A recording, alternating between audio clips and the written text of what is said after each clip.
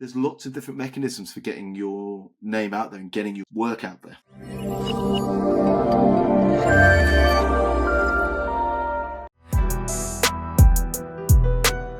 Ash, thank you for joining me here today on the Go with Manav. For those that do not know you, could you please tell us a bit more about yourself? Yeah, I do quite a few different things. So the most public part of my work is broadcast journalism. So I'm the travel expert on BBC Morning Live. I do documentaries usually about defence and security for BBC Radio 4. I do reports from our own correspondent as well. I also write, so I have a book out called Why We Travel, which is the Independent's best travel book of 2024. There it is. Good book. Yeah. Which explores our motivations for travel and how we can do it better. And that's led on to lots of interesting bits and pieces as well. Part of my work background was in strategic communications, which is how do you engage with audiences and influence them. And I also spent 2 years at the British Army Centre for Army Leadership, which is all about getting things done with others and understanding the skills that you can have to lead yourself, to lead teams, to lead organisations, and even to lead entire sectors. And all that started to come together with my work in a bit of content creation, so making videos for destinations and brands, but also consultancy. So particularly in the travel sector, when we have such a change in the way people are traveling, the volume that people are traveling, the impact on destinations and pushback about mass tourism, the changing motivations of travel, and also the changing regulatory and legislative environment, partly because of climate change, but partly because of those social impacts. How do brands, organizations, and operators continue to operate ethically, but also how do they create product that suits that new environment and that engages in a positive way with tourists and travelers? Wow, we have a lot to unpack there, Ash. Thank you for that lovely introduction. So I like to go back in time, usually with my podcast guests. I like to go back in time to understand who they were before became the person that they are today. So could you please tell us, what were you doing at age 18? So 18, I was still in sixth form, which is I was doing my A-levels at school before university. I did chemistry, physics, maths, and further maths. I was playing rugby by that point, which was a very formative thing in my travel journey. And I was getting ready to take a year out, which involved backpacking around India and spending some time with the US, and then going on to university, where I would do chemistry, molecular physics, but then I changed to philosophy partway through my degree. And in my free time, I was quite interested in Star Trek and going to live music at that time. And I was working partly at McDonald's, which was great, and Costa Coffee. And then eventually I went back to working in restaurants and bars, which is what I grew up in. My mum and dad had a restaurant and bar when I was a kid, so I was kind of used to that environment. And I think it's just a great grounding in the skills that you need for life, which is dealing with customers, dealing with a slightly chaotic environment. Your attitude and behavior and your professionalism goes a long way. And I've always loved making sure that I'm ensure the guests that come into whatever place I'm working in, is a restaurant or a bar, making sure they're having a good time. Those are very different experiences to what you do nowadays in travel. What were your first couple of jobs like after university? I didn't really know what I wanted to do. So, I'm kind of titled as a broadcast and print journalist because of the work that I do. I still write for the Telegraph, the Times, Condé Nast, the Independent, Waitrose Weekends. I write for magazines and newspapers about travel, but I had no idea really that was a job. And I nearly joined the regular army when I left university, and I went back into working in bars and restaurants before moving to Australia, where I worked as a jackaroo briefly, worked on a horse farm, where they bred racehorses. Horse farm was where they bred racehorses. And then I moved to New Zealand and carried on working in bars and restaurants and working as a doorman. And it was whilst I was in New Zealand that I began training as a ski instructor and really starting to enjoy the outdoors more than just going for walks in the park, but really starting to enjoy the outdoors. And it was there that I started to write emails back to my friends at home about my travel experiences and telling them what I'd been up to. And I guess that was really the start of travel journalism. I didn't join the regular army in the end. I became a ski instructor and worked in Europe. and started a blog telling people about the resorts that I was in and other areas that I was interested in. By that point, I had an interest in working in television. I wanted to tell travel stories inspired by people like Michael Palin. And it didn't quite work out that way, but I did do work in TV behind the camera at that time. And I've since presented series for Discovery Plus, and as I say, I'm on Morning Live. But it wasn't quite the path that I had hoped, partly because I just didn't understand that career, that industry, that business. I didn't know anyone in it. I was raised by my mum, raised me by herself from the age of 13 in social housing. We didn't really know that world. I was at state school. I briefly spent some time on a scholarship to another school, but it just wasn't the kind of world that I understood. I didn't know anyone in it. How did you put yourself out there then to first go to Australia and New Zealand and actually then realize you wanted to become a ski instructor? Because by the sounds of it, everything seemed to be happening very fast for you. I think in the early 2000s, we were at the start of what became mass young people travel, by which I mean gap years existed. People had been backpacking, around Southeast Asia in particular, and India for a while from Britain. But it wasn't the sort of thing that everybody does it now. We had a couple of Australians living with us that Mum kind of gave lodging to. And so that created a connection with Australia for me. We also had some family in Australia and New Zealand who'd gone out as £5 ponds in the 50s or 60s. So I was interested in that side of the world. And when I was in the sixth form at Windsor Boys School, we discovered that they were planning a subsidised rugby tour to Australia, New Zealand and the Cook Islands. And I just had to get on the rugby team to do that. And Mum got a second job. She worked as a cleaner. She got a second cleaning job to pay for my ticket. And I really enjoyed them. But I particularly enjoyed New Zealand. And there were places that both resonated with me more than North America.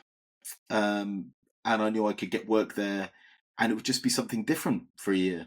And I particularly found New Zealand fascinating because of the biculturalism there, the prominence of the indigenous Maori culture. And that's kind of what got me out there. And I had a mate that lived in a town called Wanaka, and that's why I ended up down there. And then managed to find this cheap ski instructing course to jump on. Wow. Do you feel like, obviously I can tell you probably don't have any regrets. Is this how you lived your 20s? Is there a key lesson you could tell people from your 20s? So I wouldn't say there are regrets. I think I misunderstood how the industry that I wanted to get into worked, and the importance of, you could call it nepotism, but having, I guess, advocates for you within the industry who would give you opportunity, and also understanding the structure of how it worked. I never really have had a proper job within an organisation, other than I'm now an Army reservist.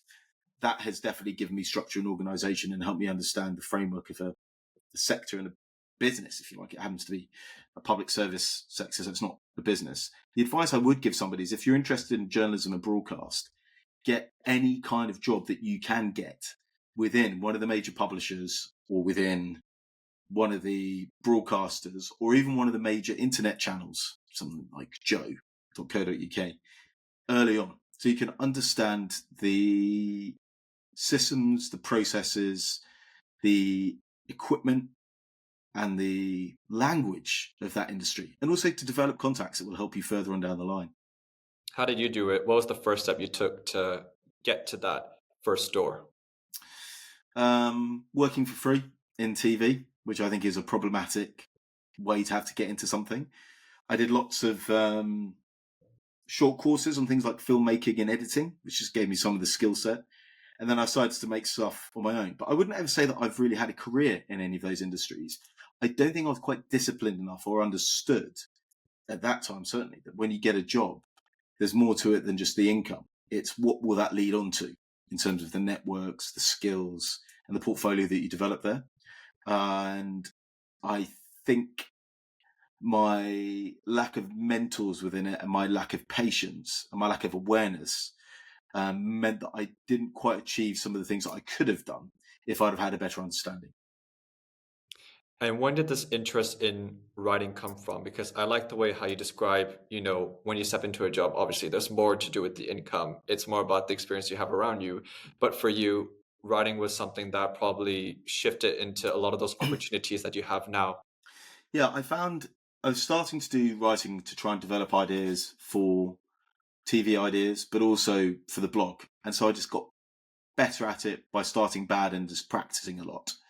I'd done a lot of writing in my degree. Philosophy is, it's a humanities degree. There's a lot of essay writing. I enjoyed that. I read a lot. I started to find out what I liked and disliked in writing, as in stuff that I was reading. And that probably shaped the way I wrote.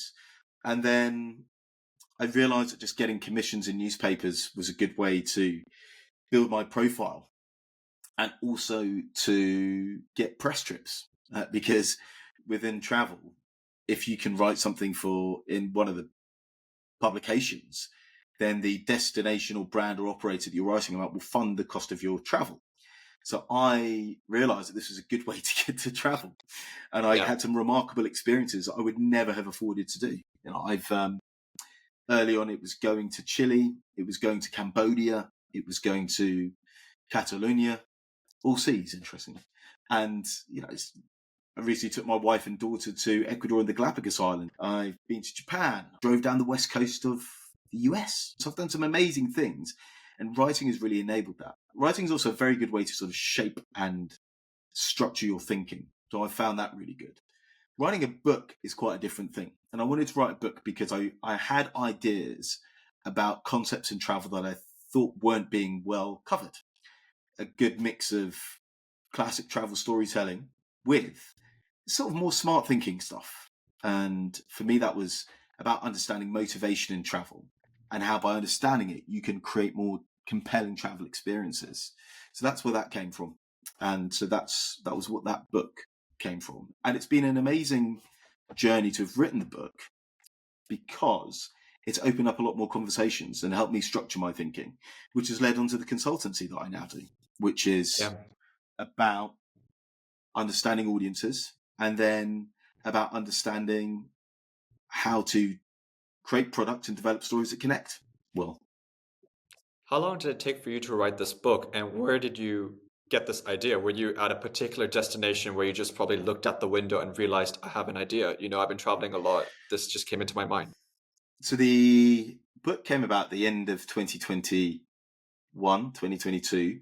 It was, still within some COVID restrictions at times. And that was obviously not great for travel journalism.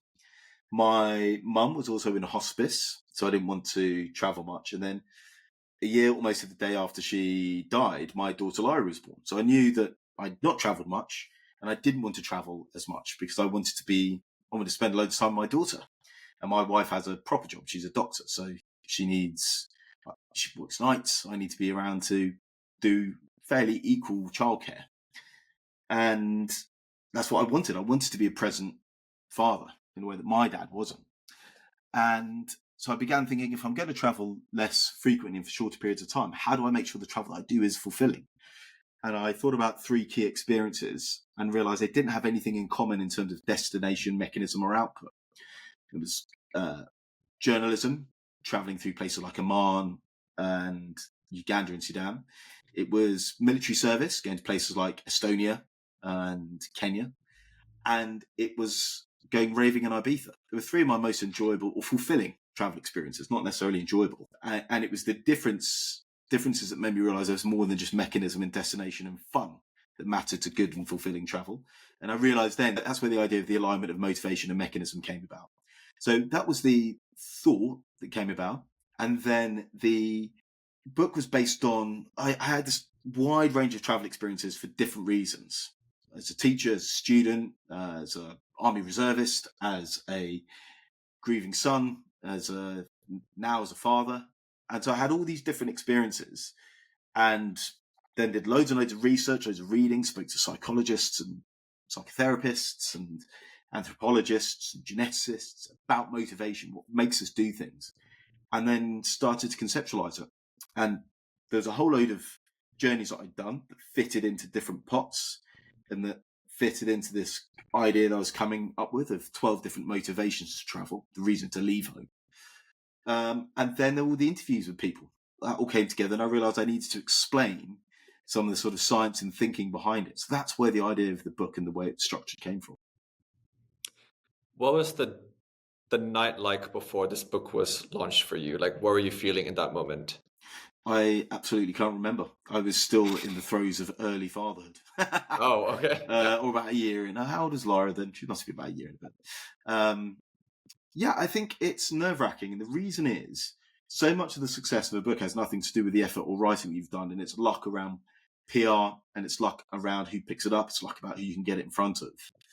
And we did a launch at Stanford's, which was extremely rewarding because Stanford's travel bookshop is a place I would always go to for inspiration and to see the books of people who I really admire. That's why I buy a lot of my travel books.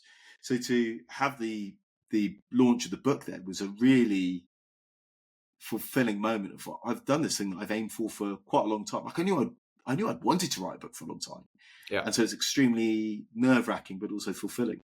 I knew I'd written a decent book, and I was like, this is a good book. It's one that I would want to read. That was kind of what I wrote the book for. And I also knew that it answered a lot of the questions my mates had about travel that I wanted to share with them. Do you feel like the way you now put yourself out there, is it the same tactics you used to do back then, or is it the same now, or how has it changed with now like AI, for example, social media? I don't know enough about AI. It's something that I am unaware exactly how I can leverage it in my work. Social media is an extremely important thing. Just putting up what you're doing, where you're going, and other things. I am starting to use YouTube a lot more as a way to put my ideas, my thoughts, my reviews out there, things that just don't get on telly. Because it's really hard to get on telly or in the papers. There's limited space, there's limited time. And also, I think there's less of a need anymore to only go down those routes. You can Yeah. build an audience that you own, that you can then have a relationship with, that may want to buy your books. And you're no longer just at the whims of a commissioner or an editor. And so that's the advantage, I think, of doing your own stuff. Now, I've done quite a few podcasts, been on quite a few podcasts, published and produced some of my own. And there's lots of different mechanisms for getting your name out there and getting your work out there. Turning up at lots of events, doing lots of keynote speaking, all of those things are all part of it. It's quite exhausting at times, but what you got to do. What has it been like having your own podcast? I mean, could you tell us a bit more about the First Mile Travel Podcast? Yeah, so the first mile's on a bit of a hiatus. My friend Pip Stewart and I founded it just before COVID. And we got sponsorship for the first season, which kind of like covered the production costs. And what we conceptualized it as is a mix of interview with great travelers, but also dispatches. And now there's a few more dispatch podcasts out there. But at the time, nobody was really doing travel dispatches. And Right. it was, took a lot of concepts and ideas from radio in that. How do you edit together a good program? And I really enjoyed it. And then with COVID, mum going to hospice and having a baby, Pip also she had another baby, and it's kind of became harder to give it the attention and have the momentum of things that we needed to continue it. But I really liked it, because the difference between podcast and broadcast is the difference between broadcast and narrowcast. One is for a wide audience, you have to make it relevant to many people. But for a podcast, you can explore whatever you want and hopefully find a niche. I think the sort of route for a sort of strategy is using broadcast to generate awareness of what I do and the things that I do, develop some ideas, make it relevant to many people, and then use narrowcast, which is social media and podcast, to explore some of those ideas in greater detail. How do you stay consistent in what you do? I don't really. I think it's pretty tough. I mean, my underlying ethics and values, values and standards, I think stay pretty similar. What are the things that matter to me? What are the things that I find purposeful? What are my drivers and motivators? They're key. But the mechanisms change. So the constraints change. Having a child changes. Needing income for nursery changes. So your outputs change. But if the underlying values and standards remain the same, then it's just altering the mechanisms along the way. So I'm not just writing anymore. I'm doing with podcasts and broadcast and social media. And the thing that has stayed the same is my interest in indigenous cultural stories, genuine sustainability, not just greenwashing and not just focusing on carbon footprint. What else matters in sustainability in travel in particular? Social sustainability, financial sustainability, and exploring ideas. I did philosophy as a degree, and I think exploring ideas through travel is a really powerful thing to do. Yeah. Really asking questions about, is it right to travel to the United States at the moment? Is it right to travel to Saudi Arabia? Okay, like you could easily just go yes or no, but let's explore it. Using the US as an example, you may not want to be putting money or into Trump's pocket, and you may not want to be vindicating his approach. So it's perfectly acceptable and legitimate for someone to go, I'm going to go to Canada instead. And on the other hand, the big tourist destinations of Florida and New York are not going to see a dip in numbers, because if you've always wanted to go to New York for your 40th birthday, you'll still do that. If you always wanted to take your kid to Disneyland for their 10th birthday, you'll still do that. The places that are suffering are, indigenous cultural tourism in Utah or Georgia. Those are the things that are starting to see less people go. So how do you, is it therefore okay to go so long as you're doing those sorts of things? That's an internal justification, but I think it's worth exploring ideas and topics like that. And I really enjoy those aspects of what I do. I'm now regularly on Monocle Radio doing their daily news discussion, doing a few reports and ideas for them. And I also find it really interesting and fun to do Cheltenham Science Festival, Cheltenham Literature Festival, Hay Festival. Because I've written a book, I'm now at these sorts of events where I'm exposed to new ideas. I'm hosting things, I'm chairing things, I'm running panel discussions, and all of that is really exciting, really fun. Wow, you just covered a lot there. Very busy, man. What would you say has been a particular career highlight for you? Publishing the book was a real career highlight. I think the journeys that which I write about in Why We Travel, which really stand out for me, were spending time in New Zealand again, where I'd lived, and exploring, doing some more work on biculturalism and Maori culture in New Zealand today, moving in personal experience of taking my mum's ashes there. And then traveling to Ukraine in 2018 and going all the way down to Russian-occupied Crimea. And, that shaped, I chose to go back and study a master's in strategic communications as a product of that trip.